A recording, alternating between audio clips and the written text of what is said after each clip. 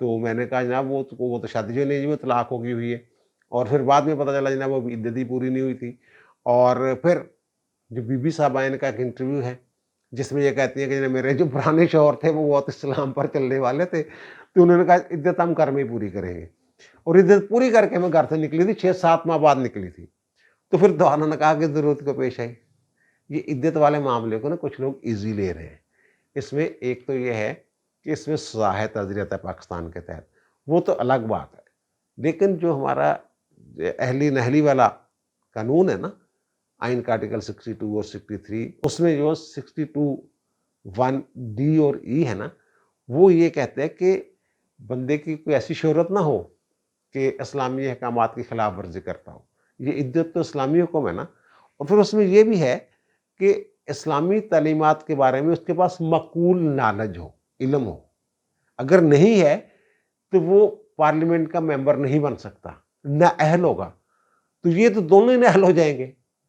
ایک تو انہوں نے یہ کھل گیا, یعنی اس کے بارے میں یہ بدنامی ہو گئی, پتہ چل گیا کہ ان کی شہرت بن گئی کہ جناب یہ اسلامی جو احکامات ہیں ان پر عمل نہیں کرتے عدت والے معاملے میں. اور دوسرا یہ کہ ان کو اتنا علم ہی نہیں تھا. کم علمی کا اظہار ہے, دیدہ دنستہ ہے یا کم علمی ہے, دونوں صورتوں میں ان کی جو نہلی ہے وہ وٹ پہ پڑی ہوئی ہے. اور پھر جو کہتی ہیں ارسلان والے فرا گوگی کے بارے میں, وہ فرا گوگی سے جوڑا ہے نا اس نے سارے معاملے کو. اور انہوں نے جو ارسلان بیٹے سے بات ہوئی تھی, آپ کو یاد ہوگا, اس میں یہ کہہ رہی ہیں ارسلان بیٹے اس کو غداری سے جوڑ دو, فلاں چیز کو بھی غداری سے جوڑ دو. وہ بچی ہے فرا گوگی, اس کے اوپر انہوں نے بہت گاندہ چھالنا ہے. فرا گوگی بھی فرار شروع ہو گئی تھی نا, معاملہ شروع ہو گیا تھا, وہ آڈیو سامنے آ گئی تھی ملک ریاض والی, اور سارے معاملات سامنے آنے شروع ہو گئے تھے. تو انہوں نے کہا اس کو بھی فلاں سے جوڑ دو, اس کو بھی غداری سے, اس طرح کی باتیں شاید جو مشورے شریفیں دے رہی تھیں ارسلان کو, ارسلان بیٹے کو. تو پھر فرا گوگی سے تعلق تو ان کا جڑتا ہے. اور عمران خان کو اتنی تکلیف ہوتی تھی فرا گوگی پہ, پھٹ 1 منٹ میں ان کی وہ کہتے ہیں دفاع میں میدان میں آ جاتے تھے. بہرحال اب دیکھیں یہ تماشا لگنا ہے. بشرا بی بی نے جانا ہے عدالت میں, اور مریم نے وہاں اس کو گھسیٹنا ہے. اچھا اب آتے ہیں جناب پنجاب میں الیکشن, پورے ملک میں ایک ہی وقت الیکشن. وہ جو سردار کاشف کی درخواست ہے, chief justice Pakistan mister justice Umar Ata Bandial, mister justice Ijaz ul Ahsan اور مسٹر جسٹس منیب اختر صاحب جو ہیں اس کو سن رہے ہیں. اور درخواست گزار کا کہنا کہ پورے ملک میں ایک ہی وقت الیکشن کروائے جائیں, اور جس کے نتیجے میں مذاکرات بھی شروع ہوئے تھے. اور چیف صاحب نے آج پھر کہا ہے کہ جناب ہم نے حکم دے رکھا ہے 14 مئی کو پنجاب میں الیکشن کا, تو اگر آپ کے مذاکرات کسی کروٹ منصوب نہیں بیٹھتا تو پھر ہم اس پر عمل درآمد کے لیے اپنا آئین جو ہے, آئینی راستہ جو ہے وہ اختیار کر سکتے ہیں. اس پہ تو بعد میں بات ہوگی. اچھا وہ کہتے ہیں حکومت سے گلہ کر رہے ہیں کہ جناب حکومت نے کبھی فیصلہ حاصل کرنے کی کوشش ہی نہیں کی, 3-4 کی بحث میں لگے رہے ہیں. کہ وہ کہتے ہیں نا کہ جناب یہ 3-4 سے جو اس کو نوٹس لیا گیا تھا, یہ 3 ججوں نے منظور کیا تھا, 4 نے مسترد کر دیا تھا. اور وہ کہتے ہیں جناب اسی میں لگے رہے ہیں. اور دیکھیں جناب اتنی غیر سنجیدہ ہے حکومت کہ ابھی تک نظر ثانی کی درخواست دائر نہیں کی. وہ الیکشن کمیشن نے تو کر دی ہے نا, انہوں نے کر دیا, آپ نے نہیں کی. تو وہ اس لیے نہیں کی کہ وہ آپ کا حکم نہیں ماننا چاہتے, یہ چاہتے ہیں نظر ثانی کی درخواست دائر کر دیں. اس کا مطلب یہ کہ ہمارے جو 3 رکنی بینچ کا حکم ہے اس کو حکومت نے تسلیم کر لیا. حکومت تو تسلیم ہی نہیں کرنا چاہ رہی, یہ چاہتے ہیں کہ کسی طریقے سے نظر ثانی کی درخواست آ جائے, پھر ہم کہیں گے جناب اب تو آپ نے تسلیم کر لیا اس کو, جیسے الیکشن کمیشن نے قبول کر لیا ہوگا ایسے ہی آپ نے کر لیا, پھر ہم آگے بڑھائیں گے بات کو جیسے بھی جو بھی بڑھانی ہے. اور پھر وہ انہوں نے کہا کہ جناب جو باتیں آپ اب ہمارے سامنے کر رہے ہیں کہ جناب یہ مسائل ہیں, جو خواجہ صادر شیخ نے کچھ باتیں کی, کچھ مکلا نے کی کہ جناب یہ پورے ملک میں ایک ہی وقت الیکشن ہونے کے نہ ہوئے تو یہ نقصانات ہو جائیں گے, وہ ساری چیزیں وہ کہتے ہیں جو نکات اب ہمارے سامنے اٹھا رہے ہیں اس وقت کیوں نہیں اٹھائے تھے. وہ اس لیے نہیں اٹھائے تھے کہ ان کو پتہ ہے. میری بات ہوئی ان دنوں ایک ان کے وکیل صاحب سے جو سرکاری جماعتوں کے وکیل تھے, تو میں نے یہ کہا تو باتیں باہر آپ کر رہے ہیں جناب, یہ دیگر لوازمات بھی ہوتے ہیں الیکشن کے, فیئر اینڈ صاف شفاف الیکشن کے لیے یہ بھی ہونا ضروری ہے, مردم شماری بھی ضروری ہے, فلاں معاملہ بھی ضروری ہے. یہ چیزیں آپ نے وہاں کیوں نہیں ان کے سامنے کیوں نہیں رکھی جو اب جج صاحب کہہ رہے ہیں کہ جناب یہ اس وقت کیوں نہیں ہمارے سامنے اٹھائیں، بڑے اہم نکات ہیں. انہوں نے کہا بھائی ان کے سامنے رکھنے کا مطلب ٹھپا لگوا لیں ہم، جنہیں ہم یہ اعتراضات کریں اور وہ ان اعتراضات کو غیر آئینی ڈکلیئر کر کے ٹھپا لگا دیں کہ چلو جناب یہ کوئی اعتراضات نہیں. وہ کہتے ہیں کسی موقع آئے گا تو پھر اٹھائیں گے.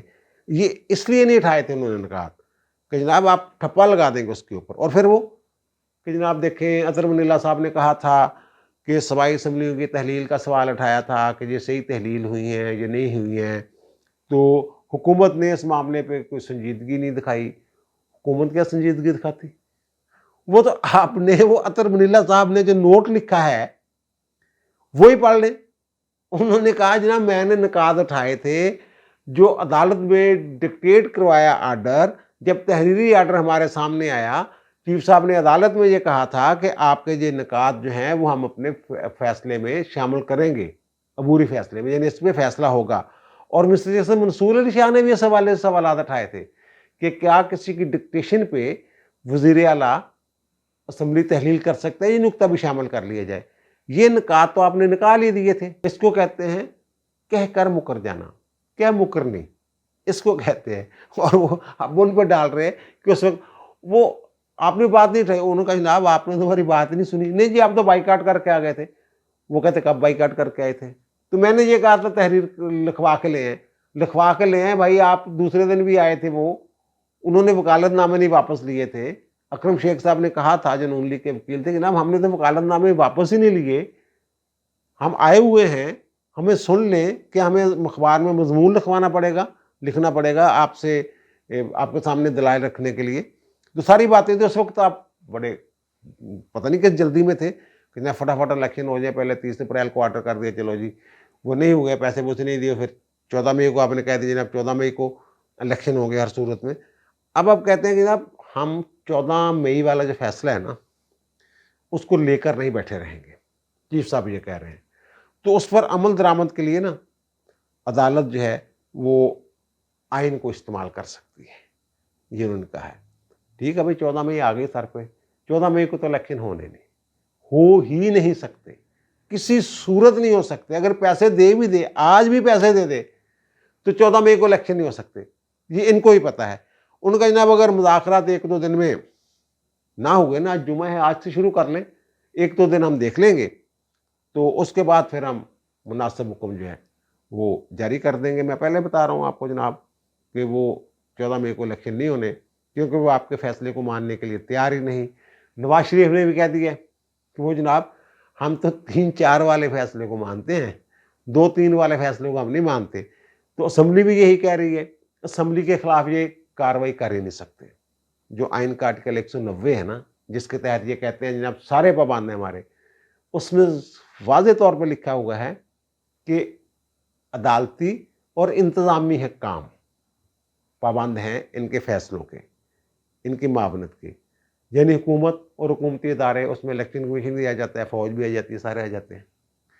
اور عدلیہ، ہائی کورٹس، لوور کورٹس، وہ سارے.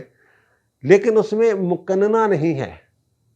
مقننہ کو یہ تو علی ظفر صاحب بھی کہہ چکے ہیں کہ جناب مقننہ کو یہ توہین عدالت کا نوٹس نہیں دے سکتے، توہین عدالت میں نہیں بلا سکتے. اگر وہ نہیں ریکارڈ دیتے ان کو، جو کہتے ہیں جناب ریکارڈ لے کے آؤ، وہ جو supreme court practice and procedure act والا بحث ہوئی ہے جو مشترکہ اجلاس میں اور دوسرے اجلاس میں، وہ بحث کا ریکارڈ ہمارے پاس لے کے وہ نہیں دیتے تو یہ کچھ نہیں کر سکتے. اور یہاں بھی وہ پابند ہیں. جناب وزیر اعظم صاحب پارلیمنٹ کے حکم کے انہوں نے قراردادیں پاس کی ہوئی ہیں کہ جناب نہیں پیسے دینے، تو نہیں دینے. وہاں آئی ایم ایف کا بھی ذکر ہو رہا ہے اور دوسرے بجٹ کے حوالے سے بھی. مئی میں بجٹ لے آئے جناب، یعنی ایک بندے کو خوش کرنے کے لیے یہ مئی میں بجٹ لے ہیں.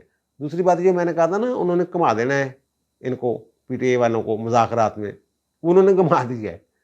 یہ تسلیم کر لیا ہے پی ٹی آئی والوں نے عدالت میں آج. جناب ہمارا اس بات پہ اتفاق ہے کہ ایک ہی وقت الیکشن ہونے چاہیے، اور اس بات پہ بھی اتفاق ہے کہ اس وقت پورے ملک میں نگران حکومتیں ہوں. تو صرف اب ڈیٹ کا ایک چکر رہ گیا نا. تو 2 چیزیں تو ہم مان گئے ہیں. وہ بھی یہی کہہ رہے ہیں کہ جب ایک وقت میں الیکشن ہو، آپ بھی مان گئے. وہ بھی یہ کہہ رہے ہیں کہ جناب نگران حکومتیں ہونی چاہیے اس وقت، کسی جماعت کی حکومت کسی صوبے میں یا مرکز میں نہیں ہونی چاہیے، وہ بھی آپ مان گئے. اب صرف ڈیٹ کا مسئلہ ہے نا. اگر